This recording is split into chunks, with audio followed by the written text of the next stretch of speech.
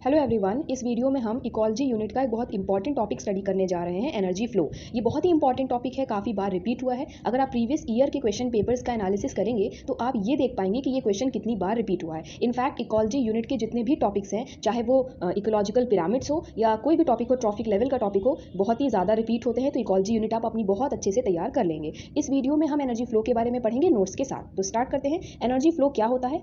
Mainly it is the flow of energy through the living things with in an ecosystem. Means एक ecosystem में, ecosystem के ऊपर भी video uploaded है, उसके बारे में आप देख लेंगे। इकोसिस्टम पे भी लॉन्ग क्वेश्चन पूछा गया था 20 मार्क्स का प्रीवियस ईयर में। तो इकोसिस्टम क्या होता है, उससे कितने कंपोनेंट्स होते हैं, कितनी सिग्निफिकेंस होती है, ये सभी चीज़ें आपको इलेबोरेट मैनर में बतानी होगी। तो इकोसिस्टम की वीडियो का लिंक आपको डिस्क्रिप्शन बॉक्स में मिल जाएगा, वहाँ से आप देख सकते हैं। तो इकोसिस्टम में जितने भी लिविंग ऑर्गेनिजम्स होते हैं, इन्वॉल्व होते हैं, तो इकोसिस्टम में उनकी साइकिल कैरी ऑन हो रही होती है, वो इंटरलिंक्ड होते हैं एक दूसरे से, तो उनके बीच में जो एनर्जी का फ्लो होता है उसी को हम एनर्जी फ्लो कहते हैं। फिर देखते हैं आगे। All living organism can be organised into producer, consumers, and those producers and consumers can further be organized into food chain. Means generally हम इकोसिस्टम में अगर लिविंग ऑर्गेनिजम्स की बात करें तो इनको हम ऑर्गेनाइज्ड कर सकते हैं प्रोड्यूसर और कंज्यूमर लेवल के बेसिस पे। यानी ऐसे ऑर्गेनिज्म जो अपना फूड का मैन्युफैक्चर खुद कर रहे होंगे, यानी वो प्रोड्यूस कर रहे हैं फूड को, तो वो प्रोड्यूसर्स हो जाएंगे। और जो कंज्यूम कर रहे हैं बने बनाए फूड को जो हेट्रोट्रॉफिक न्यूट्रिशन करते हैं, जो कंज्यूम कर रहे हैं फूड को किसी और पे डिपेंडेंट, चाहे वो डायरेक्टली या इनडायरेक्टली डिपेंडेंट हो,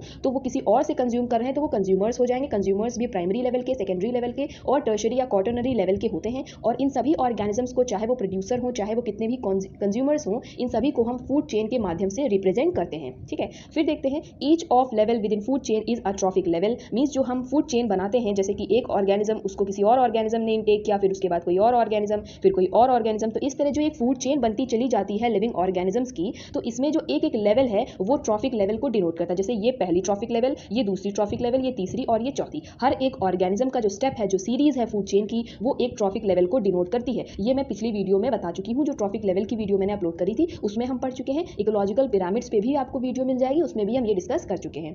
फिर देखते हैं। The arrow in food chain show that the energy flow is unidirectional. और जो भी एरोज हम बनाते हैं इस ऑर्गेनिज्म से इस ऑर्गेनिज्म तक, फिर एरो बनाते हैं अगला ऑर्गेनिज्म, फिर ऑर्गेनिज्म अगला, तो ये जो एरोज हम बना रहे हैं, ये फूड चेन में जो एरोज होते हैं, ये दिखाते हैं एनर्जी फ्लो। जो फ्लो होता है वो यूनिडायरेक्शनल होता है। ये बहुत ही ऑब्वियस है कि इसके पास जितनी एनर्जी होगी वो आगे ट्रांसफर होगी, फिर और आगे ट्रांसफर होगी, फिर और आगे ट्रांसफर होगी। कभी भी एनर्जी बैकवर्ड मूवमेंट तो नहीं करेगी, ना ही वो मल्टी डायरेक्शनल मूवमेंट करती है। तो ये एरो के डायरेक्शन के थ्रू ही यूनी डायरेक्शनल फ्लो होता है। एनर्जी का मतलब एक ही डायरेक्शन में होता है, कभी भी ऐसे वापस से एनर्जी बड़े ऑर्गेनिज्म से छोटे ऑर्गेनिज्म की तरफ नहीं आ सकती। ठीक है, फिर देखते हैं। The chemical energy of food in main source of energy required by all living organisms, this energy is transmitted to different trophic level along the food chains. Means जितने भी ऑर्गेनिजम्स को जो एनर्जी की रिक्वायरमेंट होती है, वो इसी तरह फूड चेन के माध्यम से, एनर्जी फ्लो के माध्यम से ट्रांसफर होती चली जाती है। This energy flow is based on two different laws of thermodynamics. और ये जो एनर्जी फ्लो का जो फेनोमेना हम पढ़ रहे हैं, ये मेनली दो तरह के लॉज पे बेस्ड है, दो तरह के थर्मोडायनेमिक्स के लॉज पे बेस्ड है। चलिए डिस्कस करते हैं कौन से वो लॉज हैं। फर्स्ट लॉ ऑफ थर्मोडायनेमिक्स क्या है? That states that energy can neither be created nor destroyed,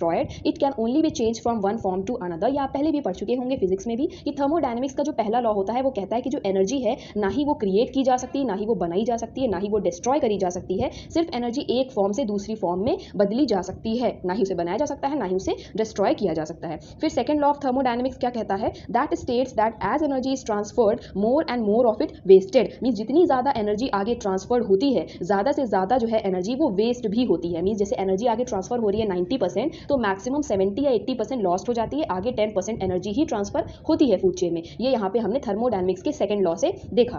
फिर देखते हैं। The radiant energy of sun enters into the ecosystem. अब हमारे इकोसिस्टम में मेन जो एनर्जी का सोर्स है, ये कहाँ से आता है? प्रोड्यूसर्स के पास एनर्जी आती है, हीट एनर्जी, वो कहाँ से आती है? तो वो सोलर एनर्जी से आती है। रेडिएंट एनर्जी जो होती है वो प्रोड्यूसर्स एंट्रैप करते हैं, फिर ही ये एनर्जी का फ्लो वहीं से इनिशिएट करता है, क्योंकि प्रोड्यूसर से फिर कंज्यूमर के पास पहुंचेगा, फिर सेकेंडरी कंज्यूमर के पास पहुंचेगा, फिर टर्शरी कंज्यूमर के पास पहुंचेगा। इसी तरह एनर्जी का फ्लो हो रहा है ना, तो प्रोड्यूसर के पास एनर्जी कहाँ से आती है? वो सोलर रेडिएंट एनर्जी होती है। ठीक है, फिर वो आगे ट्रांसफर करती है through the photosynthetic activity of producers. जो प्रोड्यूसर्स होते हैं, जनरली इसमें ग्रीन प्लांट्स आते हैं, तो ग्रीन प्लांट जो फोटोसिंथेटिक एक्टिविटी होती है उनकी, उसमें जो वो सोलर एनर्जी को ट्रैप करते हैं, इसी वजह से उनके अंदर ट्रैप्ड एनर्जी स्टोर रहती है। जब कोई प्राइमरी कंज्यूमर उनका इनटेक करता है, तो वो एनर्जी प्राइमरी कंज्यूमर के अंदर ट्रांसफर हो जाती है। फिर जब कोई सेकेंडरी कंज्यूमर इसका इनटेक करेगा, तो जो प्राइमरी कंज्यूमर के अंदर एनर्जी थी वो सेकेंडरी के अंदर ट्रांसफर हो जाएगी। इसी तरह आगे सो ऑन ट्रांसफर होता रहता है।